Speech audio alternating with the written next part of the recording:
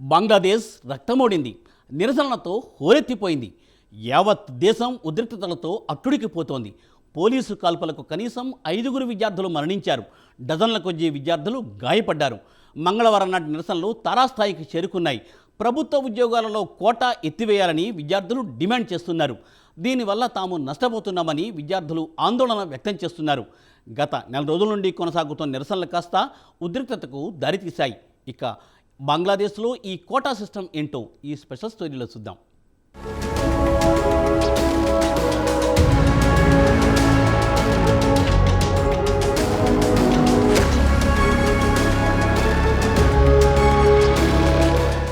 మన పొరుగున ఉన్న బంగ్లాదేశ్లో గత నెల రోజుల నుంచి నిరసనలతో హోరెత్తిపోతోంది. ఇక నిరసనకారుల ప్రధాన డిమాండ్ విషయానికి వస్తే 1971లో పాకిస్తాన్తో బంగ్లాదేశ్ స్వాతంత్ర్యం కోసం పోరాటం చేసిన వార్ వెటరన్స్ కుటుంబాలకు ప్రభుత్వ ఉద్యోగాల్లో ఇస్తున్న 30% కోటాను ఎత్తివేయాలని డిమాండ్ చేస్తున్నారు. ప్రభుత్వ ఉద్యోగాల్లో ఇలా కోటా ఇస్తూ పోతుంటే ఎంతో కష్టపడి చదివిన విద్యార్థులు నష్టపోతున్నారని, కోటా సిస్టమ్ను తీసేసి దాని స్థానంలో మెరిట్ ఆధారంగా ఉద్యోగాలు ఇవ్వాలంటున్నారు స్టూడెంట్స్. దీంతో ఇటు కోటా అనుకూల, వ్యతిరేక విద్యార్థుల మధ్య ఘర్షణ మొదలైంది. ఇది తారాస్థాయికి చేరి యావత్ దేశం అట్టుడికిపోయింది. మంగళవారం నాడు పోలీసుల కాల్పుల్లో 5 మృతి చెందారు. డజన్ల కొద్దీ విద్యార్థులు గాయపడ్డారు.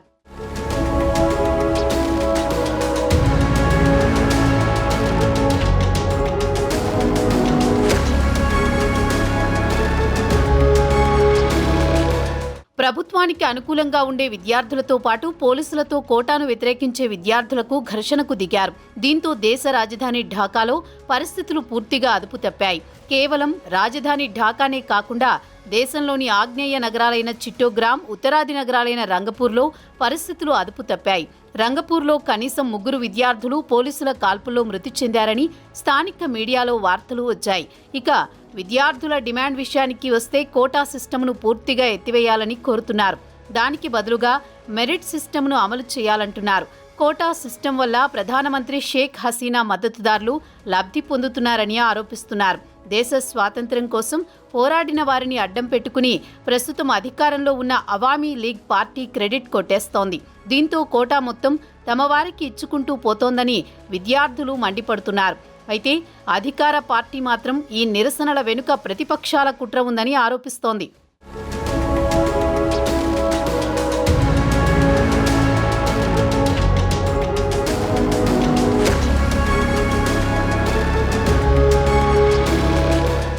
సోమవారం నాడు ఢాకా యూనివర్సిటీలో ఘర్షణలు మొదలయ్యాయి. ఈ ఘర్షణల్లో సుమారు 100 మంది విద్యార్థులు గాయపడ్డారని పోలీసులు చెబుతున్నారు. అటు నుంచి ఈ హింసాత్మక ఘటనలు సోమవారం రాత్రి నుంచి దేశవ్యాప్తంగా క్రమంగా విస్తరించుకుంటూ పోయాయి. మంగళవారం నాటికి పరిస్థితులు పూర్తిగా అదుపు తప్పాయి. చిట్టోగ్రామ్లో పోలీసు కాల్పుల్లో 22 ఏళ్ల ఓ నిరసనకారుడు మృతి చెందాడని మీడియాలో వార్తలు వచ్చాయి. కానీ వివరాలు తెలియాల్సి ఉందని పోలీసులు చెబుతున్నారు.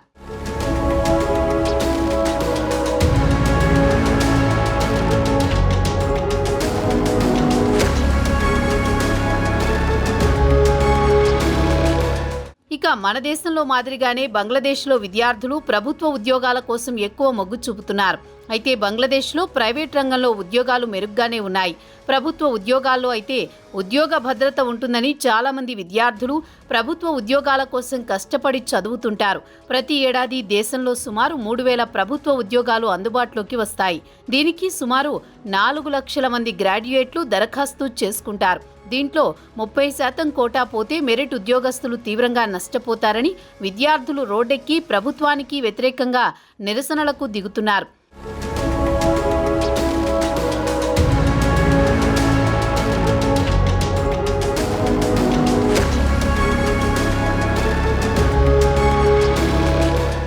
ఇదిలా ఉంటే ప్రధానమంత్రి షేక్ హసీనా మంగళవారం నాడు కోటా సిస్టమ్ గురించి మాట్లాడుతూ, దేశ స్వాతంత్ర్యం కోసం పోరాడిన వారి త్యాగాలకు మనం విలువ ఇవ్వాల్సిందే, వారు ఏ పార్టీతో సంబంధం ఉన్నా వారిని గౌరవించాల్సిందేనని ఆమె కోటా సిస్టమ్ను సమర్థిస్తున్నారు.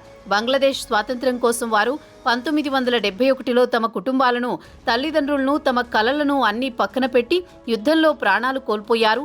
వారి త్యాగాలకు విలువ ఇవ్వాల్సిందే, వారి వారసులకు కోటా ఇవ్వడంలో తప్పు ఏమీ లేదని షేక్ హసీనా తన వాదన వినిపిస్తున్నారు.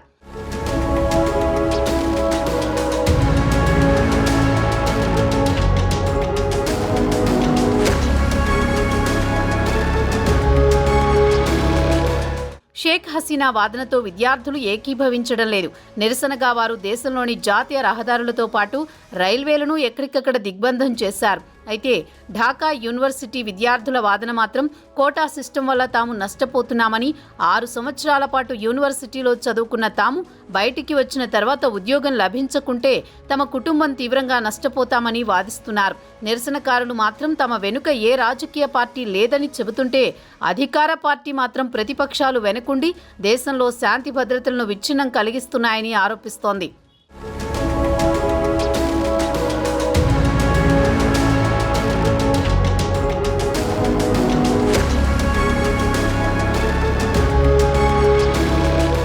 ఇదిలా ఉంటే 2018లో విద్యార్థులు కోటా సిస్టమ్ను రద్దు చేయాలని దేశవ్యాప్తంగా పెద్ద ఎత్తున నిరసన ప్రదర్శనలు చేశారు.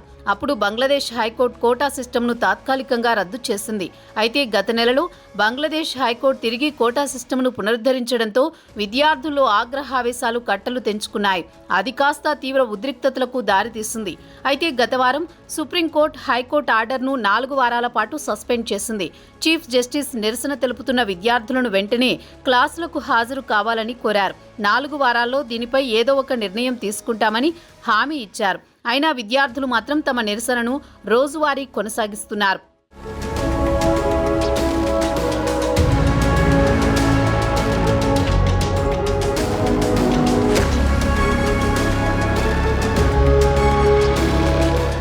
అయితే ప్రభుత్వ ఉద్యోగాల్లో కోటా విషయానికి వస్తే మహిళలకు, వికలాంగులకు, మైనార్టీల కోటా విషయంలో విద్యార్థులు ఎలాంటి అభ్యంతరాలు వ్యక్తం చేయడం లేదు.